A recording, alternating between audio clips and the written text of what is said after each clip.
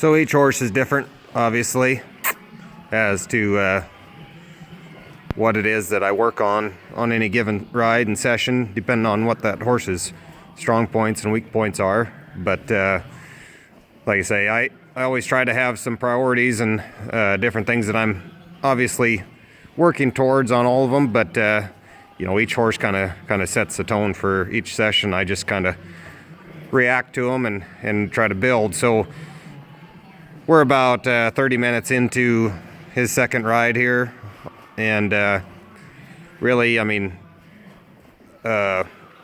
he's doing pretty much everything I ask him to and trying to volunteer for more. So another thing I talk about a ton is one thing I'll reward over everything is effort. So I can't expect him to do things perfectly that he's never done before, but the one thing he can do, whether he knows anything or not, is try or not try. So effort is one thing I'll always reward as a priority over everything else. I tell people I'll reward effort over technique, 10 out of 10 times, just because as long as I have effort, I can always work on technique one more time. But so this is for him, and like I say, they're all different depending on, it's just kind of a feel, I guess, as to what it is you're looking for as a spot to quit. But for him, you can see he's just kind of walking around here.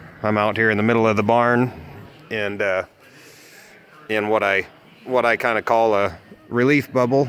And usually these first rides outside, I always try to pick a spot in the center of somewheres to every time I let them kind of settle down and soak and catch their air and think about things for a while.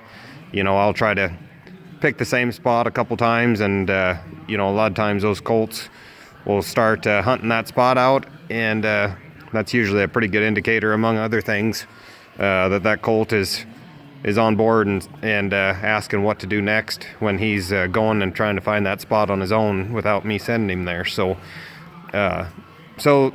there's two things here that make me feel good about stopping with him for today. Is you can see he's walking, and he's more or less doing this all on his own. I'm just sitting up here at this point.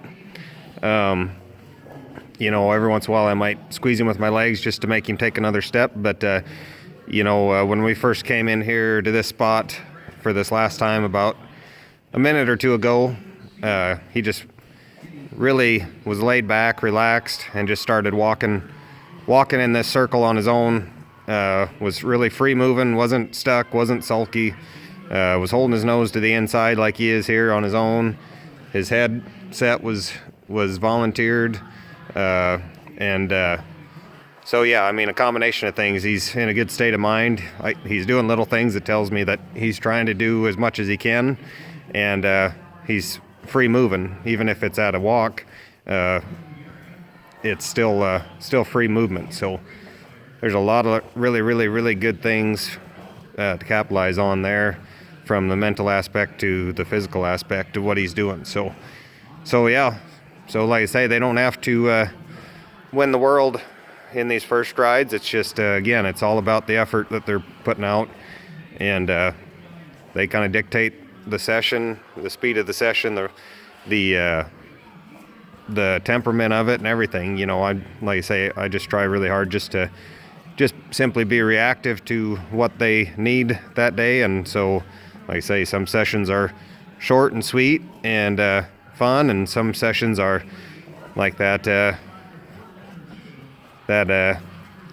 1 hour conditioning practice before the state tournament in high school. Like I say, it's all dependent on them and their needs.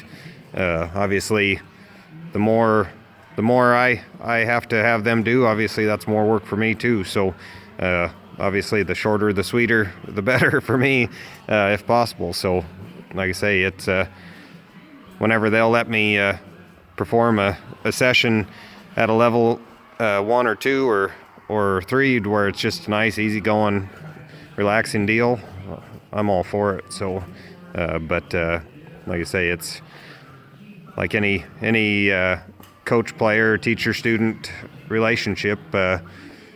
you know, I'm obligated to maintain order and direction too. So, like I say, we're definitely partners and buddies, but one of us has to have the whistle and the clipboard. So, doesn't mean that we can't get along. Just when it comes down to it, somebody has to be driving the car. So that's our job. But anyways, really, really, really good second ride under saddle. We ended him in a super sweet spot, and these are the ones where you can tell, even at this early stage, a lot about the horse, and after you've started enough of them, you can already picture in your mind what he's going to be like as with 90 days, 60 days, as a 5-year-old, a 10-year-old, and different things like that, or make your best assumptions anyways. So this is what makes the colt starting fun for me.